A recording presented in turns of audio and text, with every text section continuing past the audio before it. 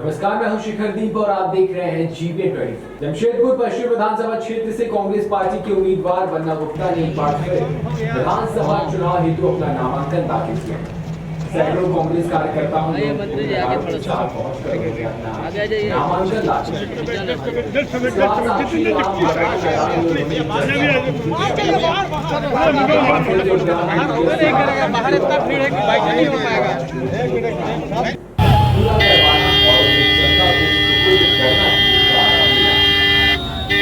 Flyover जिन्ना में नया साक्षी के पुराने एमजीएम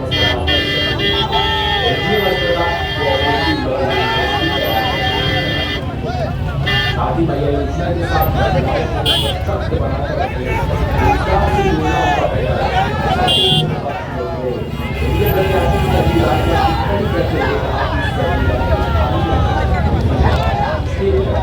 भाजपा की सरकार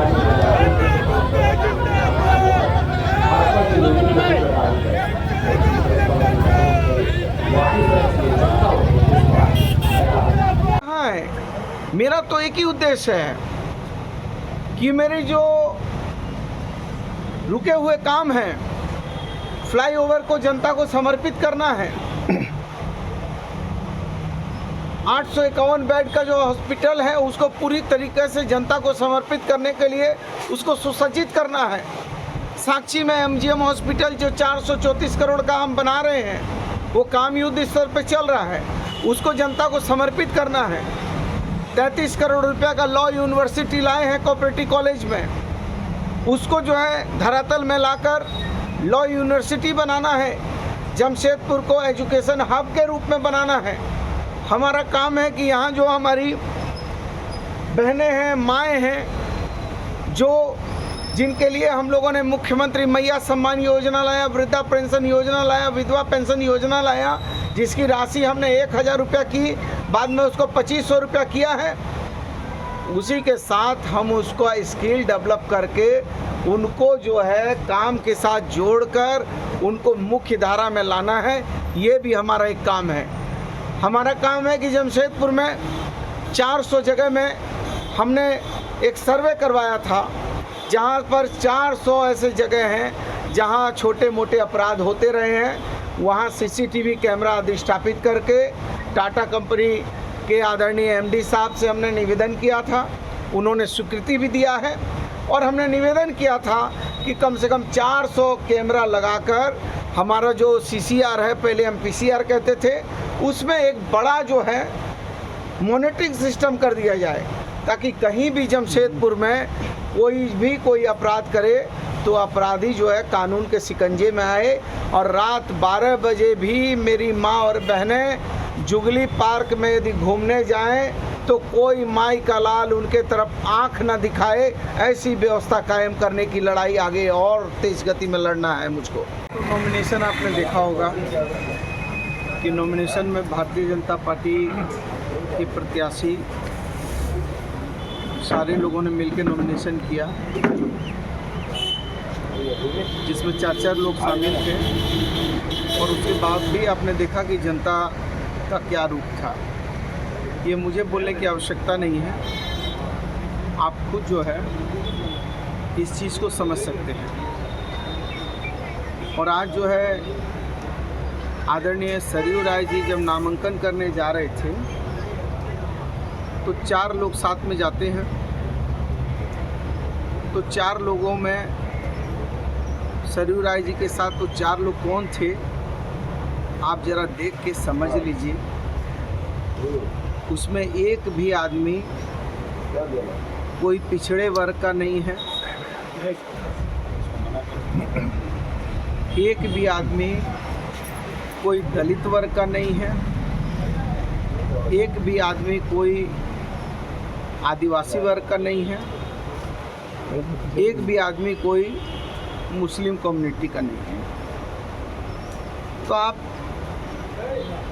उनकी मानसिकता को समझ सकते हैं कि वो किस मानसिकता के लोग हैं और वो किस मानसिकता के साथ जो है राजनीति का जो है परचम लहराना चाहते हैं। ये चीज़ों को आपको समझना होगा। दूसरी बात कि आज ये साबित हो गया कि उनके साथ न कोई कार्यकर्ता है और न कोई जनाधार है। गिनती के मुट्ठी भर लोगों के साथ आज जिस तरीके से उनका नामांकन हुआ, वो सारी चीज़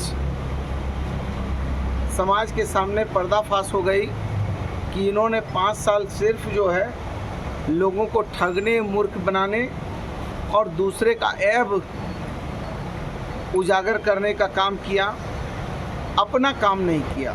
जो जनता ने इनको जो विश्वास दिया था जनता की सेवा का, वो विश्वास नहीं किया। केवल पर उपदेश कुशल बहुते रहे, दूसरे को उपदेश देते रहे। अपने आहार पत्रिका में उन्होंने क्या किया, खाद्य आपूर्ति विभाग में कौन कौन से गुल खिलाए। हम लोगों को तो अपराधी समर्थक कह रहे थे। हमारे ऊपर तो एक भी मुकदमा नहीं है। हमने अपना पर्चा दाखिल किया, उसमें हमारे ऊपर तो एक भी मुकदमे नहीं है। उनका पर्चा देख लीजिए कि उन्होंने जो पर्चा दाखिल किया होगा उन पर कितने क्रिमिनल केस चल रहे हैं, कितने आपराधिक मुकदमे चल रहे हैं और कितने भ्रष्टाचार का मामला चल रहा है। हमारे ऊपर तो एक भी मामला नहीं है, क्योंकि वो चीज़ देनी पड़ती है, नामांकन में बताना पड़ता है। तो आप पत्रकार हैं, उनसे पूछिए कि आप सामाजिक न्याय के साथ धोखा क्यों कर रहे हैं।